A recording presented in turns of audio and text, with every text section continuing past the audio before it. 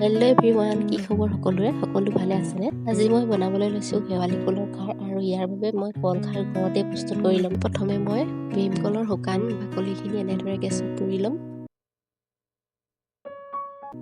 পুৰি লোৱা বাকলিখিনি অলপ সময় ঠাণ্ডা পানীত ৰাখি দিব লাগিব, আৰু তাৰপিছত চাকি ল'ব লাগিব এখন চাকনিৰ সহায়ত ভালদৰে, আৰু এনেদৰে খাৰ প্ৰস্তুত হৈ যাব। এতিয়া শেৱালি ফুলখিনি ভালদৰে ধুই টুকি ল'লোঁ, আৰু লগত লৈছোঁ এটা মিডিয়াম চাইজৰ পিঁয়াজ, 6-7 ফুটা থেতালি লোৱা নহৰু, সৰু বাতিৰে এবাটি ভাত আৰু জলকীয়া 2টা। কেৰাহীখন গৰম কৰি তাত অলপ তেল দিলোঁ, আৰু তেলখিনি গৰম হোৱাৰ পাছতে আৰু কাটি থোৱা পিঁয়াজখিনিও দি অলপ ৰঙা হোৱাকৈ ভাজিম। আপোনালোকে বাৰু শেৱালি ফুলৰ খাৰ খাই ভাল পায়নে? এই স্বাস্থ্যৰ বাবে বৰ উপকাৰী, আৰু এই মাহতে বোলে শেৱালি ফুলৰ খাৰ পাৰিলে এবাৰ হ'লেও খাব লাগে, গতিকে আপোনালোকেও খাবলৈ চেষ্টা কৰিব। শেৱালি ফুলখিনি 2-3 মিনিট সময় ভাজি লৈ তাত ভাতকেইটা দি দিব লাগিব।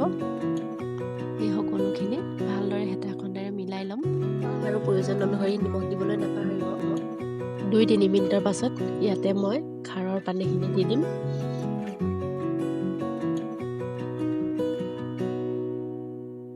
আৰু ভালদৰে মিলাই লৈ এইখিনি অলপ সময়ৰ কাৰণে ঢাকি ৰাখিম। আৰু এইখিনি উতলাৰ পিছত ইয়াত সৰু চামুচেৰে এচামুচ গুড় দিলোঁ, আৰু শেৱালি ফুলৰ খাৰ এয়া আমাৰ তৈয়াৰ হৈ গ'ল। আজিৰ এই শেৱালি ফুলৰ খাৰৰ ৰেচিপিটো আপোনালোকৰ কেনেকুৱা লাগিলে জনাবলৈ নাপাহৰিব। আজিলৈ আহিছোঁ, বাই বাই। লগতে মোৰ এই চেনেলটো লাইক আৰু ছাবস্ক্ৰাইব কৰিবলৈ নাপাহৰিব।